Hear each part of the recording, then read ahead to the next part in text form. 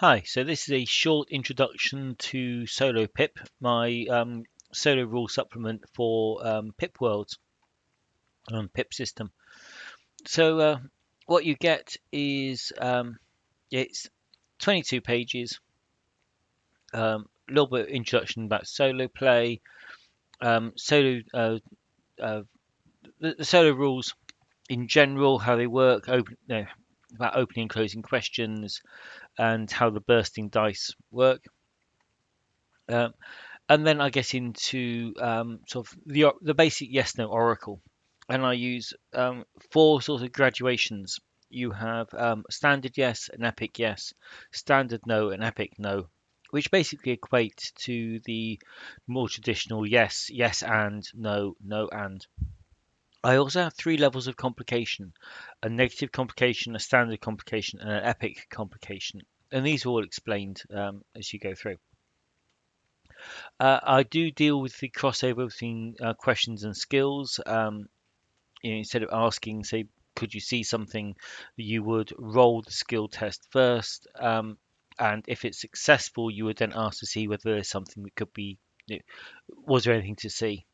It kind of stops you uh, sort of devaluing skills, or when you don't have a skill, using the oracle to kind of bypass it. Now, the muse. Now, if you've made a character in Pip system, you'll be used to the past, present, and future tables, where you roll two halves of a mini sentence using one white, one black, and join them together. Well, the muses presented here use that same format. So you sort of so if a personal thing, say if you want to know what someone wanted, what their motivation was, you could roll and you might get trouble with and then a solution. And you think, okay, what does that mean? Or maybe they've been told the solution, but they've got a further problem with it, or they've been told the solution, but they don't agree with it. So you can combine these two. Now, the two together basically give you 36 options, and there's a personal, a physical, emotional, narrative, motive, and thing. Now, the thing is the one when I was playing, I ended up using the most.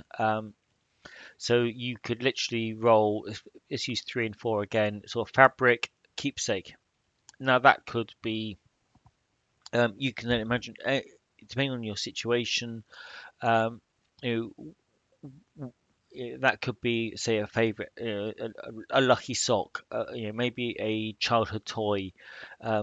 So you use your situation you're in and what would possibly fit that would come under the fabric and keepsake.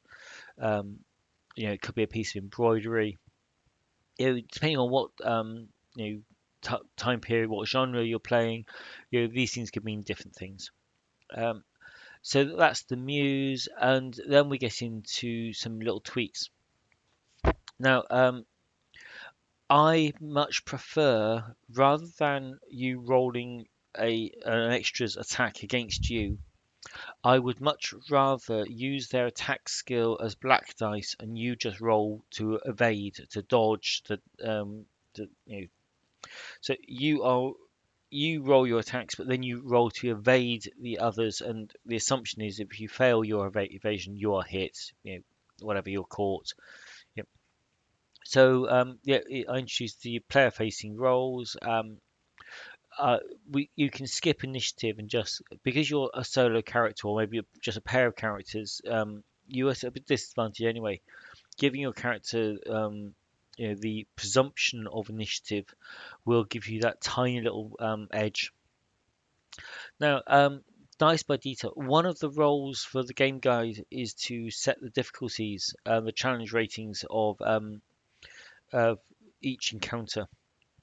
Now, what you can do is just roll a simple d6 on this table and then rationalize why something is maybe easier or harder than you expected.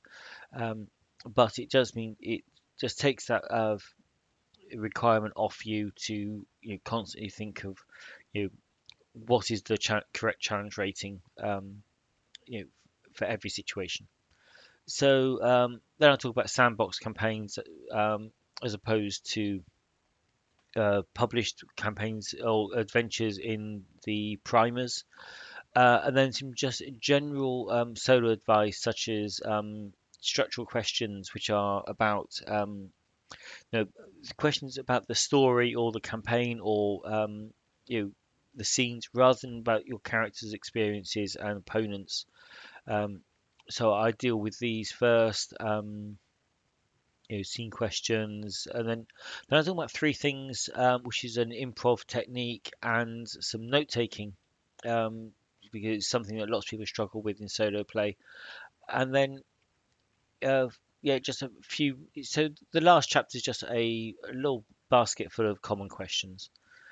So that's it. That's what you get. Thank you for watching.